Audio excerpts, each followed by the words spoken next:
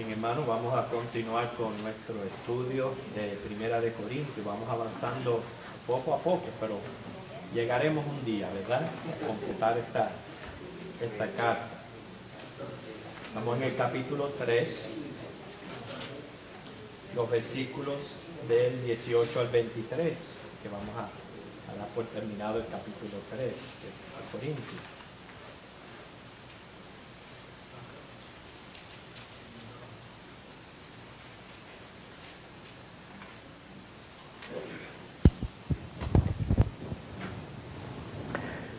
En las Escrituras encontramos muchas advertencias contra los engañadores que han salido por este mundo, ¿verdad? Y lo hemos presentado aquí cuando estudiamos las cartas de Juan, especialmente en la segunda carta, el capítulo 7, habla de los engañadores. El mismo Jesús en el capítulo 24 advirtió de este peligro a la cual se iba a enfrentar la iglesia. Sin embargo, Pablo aquí ahora, en el versículo 18, nos manda a cuidarnos de nosotros mismos. Noten, versículo 18. Nadie se engañe a sí mismo. Así que nos manda a cuidarnos de nosotros mismos. Es muy fácil reconocer a otros engañadores. Y sobre todo si usted ha estado por tiempo estudiando la palabra, escuchando doctrina bíblica, eso fortalece su conocimiento en las Escrituras y le da un buen oído para detectar cuando usted escucha el engaño y las falsas doctrinas que hay allá afuera. Sin embargo, qué difícil es reconocer nuestro propio engaño, cuando nos estamos engañando nosotros mismos. Perdónenme. Yo no sé por qué. Disculpen, hermano.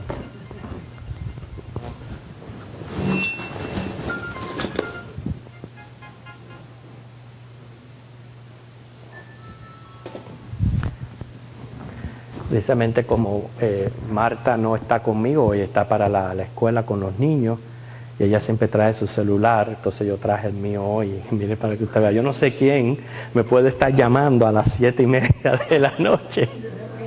No, ella no es. Así que no es una emergencia. Muy bien, hermano. Yo después lo voy a llamar y voy a averiguar quién fue.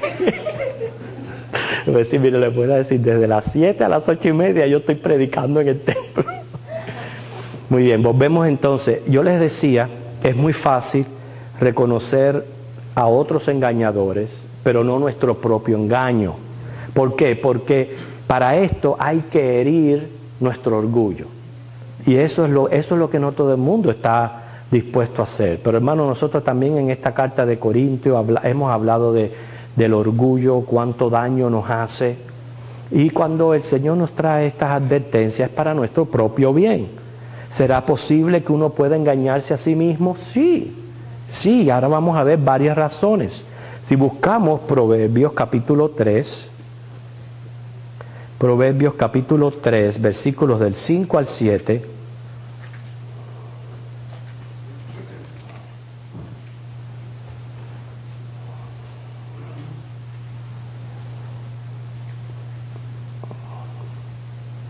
parte de la sabiduría es precisamente no apoyarnos en nuestra propia prudencia. Cuando el ser humano se apoya en su propia prudencia, ya se está engañando a sí mismo. Cuando yo digo de prudencia significa de que yo piense que siempre tengo la razón o que nunca me voy a equivocar.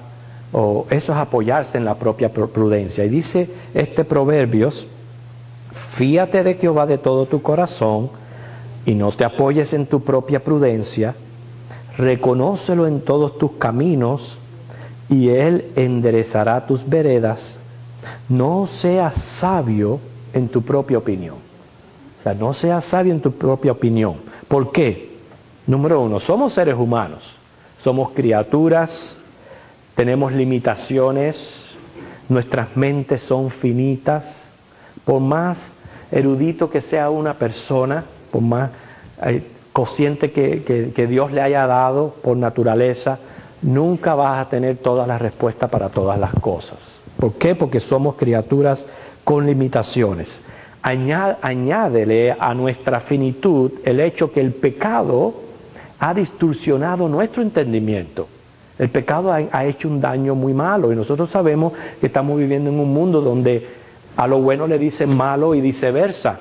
Entonces muchas veces podemos engañarnos a nosotros mismos pensando de que algo está bien y sin embargo está bien mal.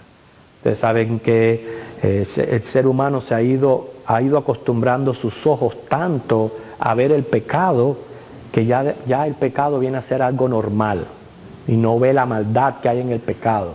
Entonces esos son engaños. En tercer lugar, hermanos, nuestra carrera de aprendizaje no ha terminado ya. Tenemos que aprender y tenemos que crecer en conocimiento y eso es toda la vida.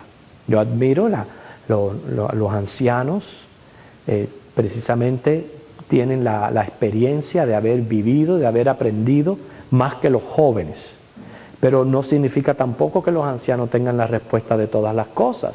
Todavía necesitan seguir aprendiendo y cada día aprendemos. Y número 4, nosotros podemos tener opiniones.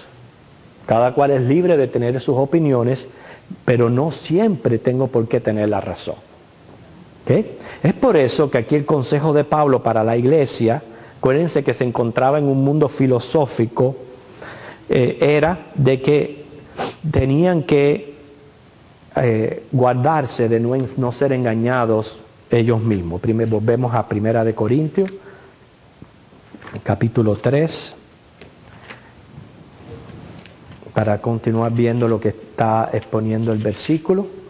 Nadie se engaña a sí mismo. Dice, si alguno entre vosotros se cree sabio en este siglo, hágase ignorante para que llegue a ser sabio.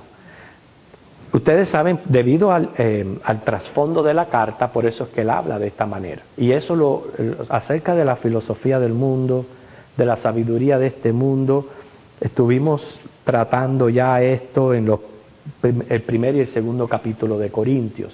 Se vuelve de nuevo Pablo a hacer el énfasis en que nos cuidemos de las filosofías. Me llama la atención que dice que debían hacerse ignorantes.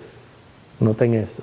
Debían hacerse ignorantes. Dice Eclesiastés 12:12, dice que el mucho estudio es fatiga de la carne. Eso es lo que dice. Yo nunca estoy en contra del estudio. Yo tengo que estar estudiando continuamente. Y mientras más usted estudie, más usted se prepare, mejor. Pero es fatiga de la carne. ¿Okay? Y por otro lado, en el capítulo 8, versículo 1, aquí en esta misma carta, Pablo dice que el conocimiento envanece. Porque hay personas que no saben lidiar con el conocimiento. El conocimiento es para adquirir sabiduría, para tú poder ver tus propios errores y ayudar a otras personas. Pero casi siempre lo que hace el conocimiento es envanecer a la persona. Y entonces, ¿qué bien le hizo? Ningún bien. Cuando dice aquí que debían hacerse ignorantes, es en cuanto a su propia manera de pensar. O sea, no en el sentido de que les decía, bueno, pues no estudien más para que eviten el envanecimiento. No es eso. Nosotros sabemos que la palabra nos insta a escudriñar las escrituras continuamente. Pero lo que nos está diciendo Pablo es que tenían que hacerse ignorantes en cuanto a su propia manera de pensar. O sea, no confiar mucho en lo que uno cree u opina. Seguro que habían sufrido ya alguna influencia de las filosofías de la época. Inconscientemente, la mente del cristiano sufre la influencia que hay alrededor, hermano. Nosotros sabemos que vivimos en un mundo relativista. Se está proyectando en todas las áreas. Mira ahora este mismo problema que hay con los homosexuales, que ya se están casando en México. Mira a la pobre Paquita del barrio, lo que le ha costado. ¿Sabes por qué? Porque ese es el relativismo. Es irse acostumbrando a lo malo. Y cuando viene a ver, ya viene a ser normal. Ya viene a ser normal. Entonces, ese tipo de mentalidad va influenciando la mente también del cristiano porque vivimos en este mundo. Sin embargo, dice la Escritura, ahí en 2 de Pedro capítulo 1, 20 al 21, que la palabra de Dios no es de interpretación privada. O sea, yo lo quiero llevar el estudio. Yo sé que Pablo se lo estaba diciendo a los corintios, que abrieran sus ojos, que tuvieran cuidado con lo que tenían alrededor, que comprobaran todas aquellas filosofías si estaban de acuerdo a la Biblia. Pero muchas veces nosotros los cristianos nos volvemos relativistas con la misma palabra de Dios. Y ahí empiezo yo a decir mi opinión, no porque para mí esto, y toman cualquier tema de la Biblia, dice no porque esta es mi opinión, esto es para mí es esto. Hermano, hágase ignorante, es lo que Pablo está tratando de decir. Hágase ignorante, estudie la Biblia, compruébelo con otros pasajes. Yo prefiero, si yo no entiendo algo, y yo no conozco algo, declararlo y decir, mira, no lo sé. Y mantener esa puerta cerrada hasta que el Espíritu Santo de alguna manera use a alguien, o algún modo que me ilumine y yo pueda saber de que esa es la verdad de las Escrituras. Pero hay que tener mucho cuidado con la especulación, porque muchas especulaciones ya vienen a ser una realidad y una verdad en el corazón de muchos. Y en eso hay que tener mucho cuidado, hermanos, porque podemos estar equivocados. Y todas esas advertencias está haciéndole Pablo aquí a los corintios. O sea, desechar nuestra manera de pensar y ver las cosas a la manera de la Biblia es el primer escalón hacia la sabiduría. Ahí en el proverbio que estábamos leyendo, en el capítulo 3, versículos 5 y 7, nos enseña que a fiarnos de Jehová de todo corazón, dice, a reconocerlo en todos los caminos. En todos los caminos, no en unos sí, en otros no. En todo lo que yo voy a hacer en la vida, a reconocer a Dios. Y al reconocer a Dios, yo tengo que comprobarlo con la palabra de Dios. Nos insta a temer a Dios y apartarnos del mal. Y los resultados, Dios va a enderezar nuestras veredas. Dios va a ser una medicina a nuestra alma. Él va a ser un refrigerio. Pero todo eso es el resultado, hermano, de la humildad, de nosotros someternos al Señor. Ahora aquí en el versículo 19, sigue advirtiendo, porque la sabiduría de este mundo es insensatez para con Dios. Pues escrito está, Él prende a los sabios en la astucia de ellos. Vuelve a repetirle lo que ya hemos estudiado en el capítulo 2, que lo más sabio del mundo para Dios es insensatez. O sea, es absurdo. Es absurdo las cosas que se están viendo y oyendo en este mundo. Versículo 20 dice, y otra vez el Señor conoce los pensamientos de los sabios que son vanos. Por tanto, así que ninguno se gloríe en los hombres, porque todo es vuestro. Noten cómo él está tratando de ayudar a los corintios en los problemas que hasta aquí él ha tratado. Él hasta aquí ha tratado el problema de lo que había causado divisiones en la iglesia. Ustedes se recuerdan que unos decían, no porque yo soy de Pedro, de Apolo, de Pablo, de Cristo, y habían surgido grupos dentro de la iglesia, se habían dejado influenciar por toda la filosofía de la época, y él ahora mezcla una cosa con otra y les dice claramente no solamente a buscar la sabiduría de Dios, sino que ninguno debía gloriarse en los hombres. ¿Por qué? Me gusta mucho un versículo que se encuentra aquí en Hechos 17, el versículo 28. Y este es el verdadero concepto que cada uno de nosotros debe de tener. Hechos 17, 28.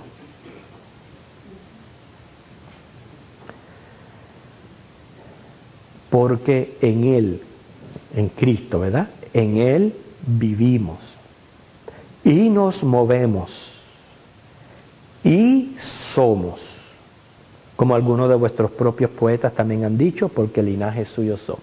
Mira cuántas cosas en Cristo. En Él vivimos, nos movemos y somos. Quiere decir que por la gracia de Dios, lo que el Espíritu Santo ha hecho en mi vida desde el momento que yo le conocí, y es obvio que tiene que haber habido un desarrollo en mi vida espiritual en todo aspecto, conocimiento bíblico, en mi personalidad, han tenido que haber habido cambios en mi vida desde que conocí a Cristo. Mientras más años en el Evangelio y más yo lo he buscado como le buscan ustedes, más conocimiento yo voy a adquirir, voy hacia un grado de madurez más excelente cada vez más.